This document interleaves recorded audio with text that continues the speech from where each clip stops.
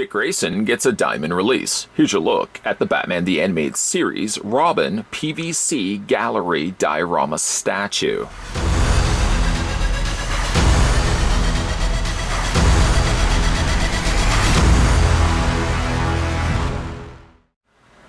The Flying Graysons were a famous trapeze act with Haley's Circus until a gangster sabotaged their equipment, causing a fatal accident.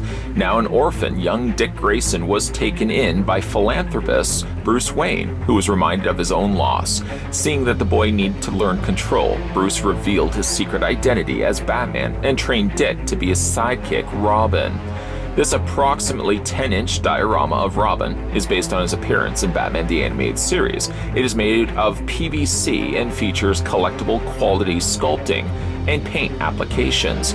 The statue of Robin was sculpted by Varner Studios.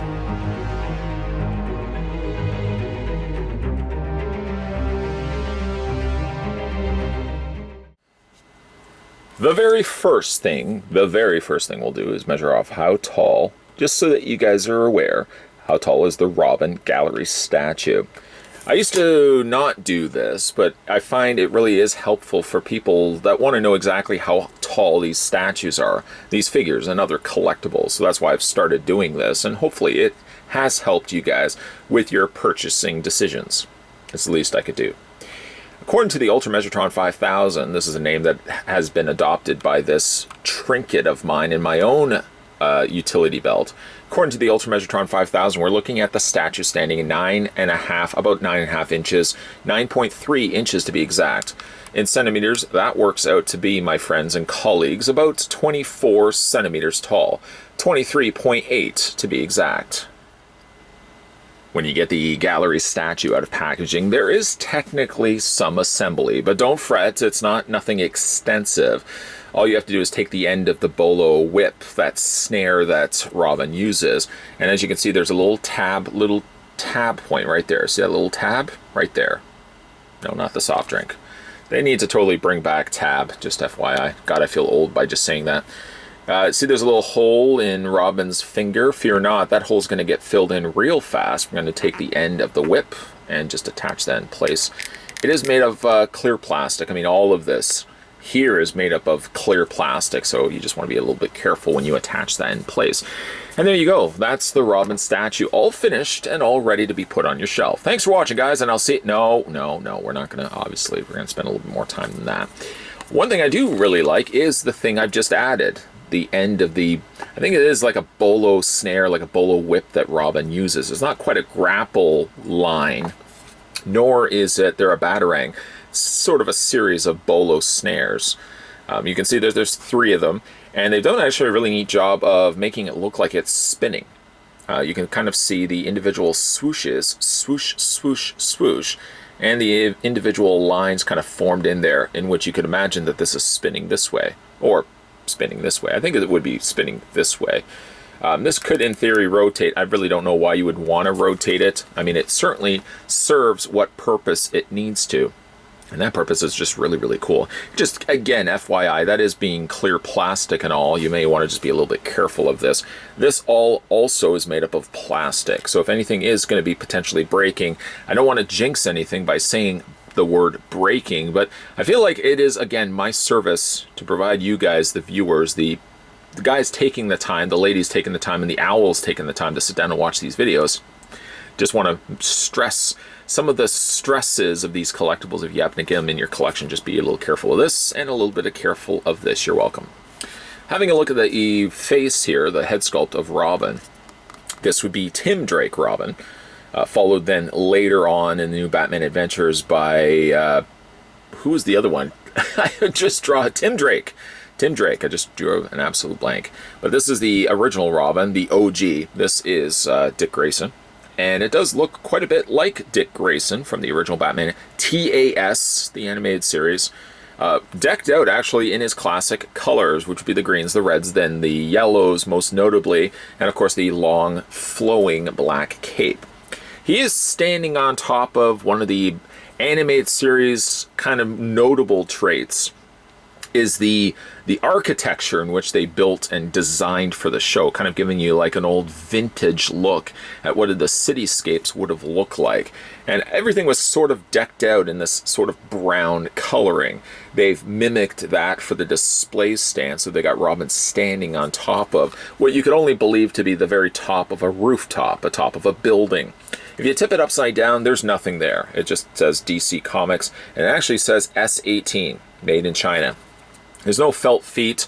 I mean, it's moderately a light-weighted statue anyways, so it's not something I would think would be damaging surfaces if you're, of course, moving it around.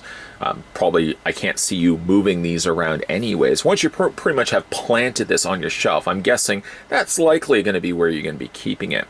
All the colors, as you probably can guess it by looking at it, visually are all primary. In other words, there's no additional shading anywhere added to these statues. The greens are kept by themselves, green. Same with the sleeves, the gloves. The red section of his outfit doesn't have any additional shading to it. It lends itself well to kind of make it look like it was pulled from the cartoon, having no additional shading to it. As we've already kind of looked at it quickly before, spending a little bit more time to it, the head sculpt is rather good. Fairly clean. I mean, there's no real paint mishaps anywhere on here, and it does look like he was taken from the show. I love how the one cape isn't technically symmetrical. One side of the cape falls a little bit further down his shoulder section, while the other one has kind of pushed back around his arm as he's holding the other end of the line. Little small touches is the thing I really appreciate, like the arched foot that could have easily have made the foot bent or flat and kept the legs straight, but instead they bend the foot out. Kind of just reaches beyond the point, the boundaries of the display bottom. Kind of just adds a little bit extra depth to it. As well, the cape is really quite clean. Things such as yellow is always somewhat of a problematic color to deal with. Luckily, though, the outlining of the black keeps relatively clean. I don't see any real mishaps of the black paint bleeding to the yellow or vice versa. Certainly one of these statues would look quite good. I would imagine, obviously, with the Cape Crusader, likely if you're picking up a statue like this, you probably already have a Cape Crusader or already have a Batman. You could very well just like Robin too, so you may be inclined just to pick this up solely if you're a Robin fan, but I would feel most definitely if you're getting yourself the Boy Wonder, you're probably going to be getting it to pair along with Batman. Paint on this guy, like I said, is really quite clean.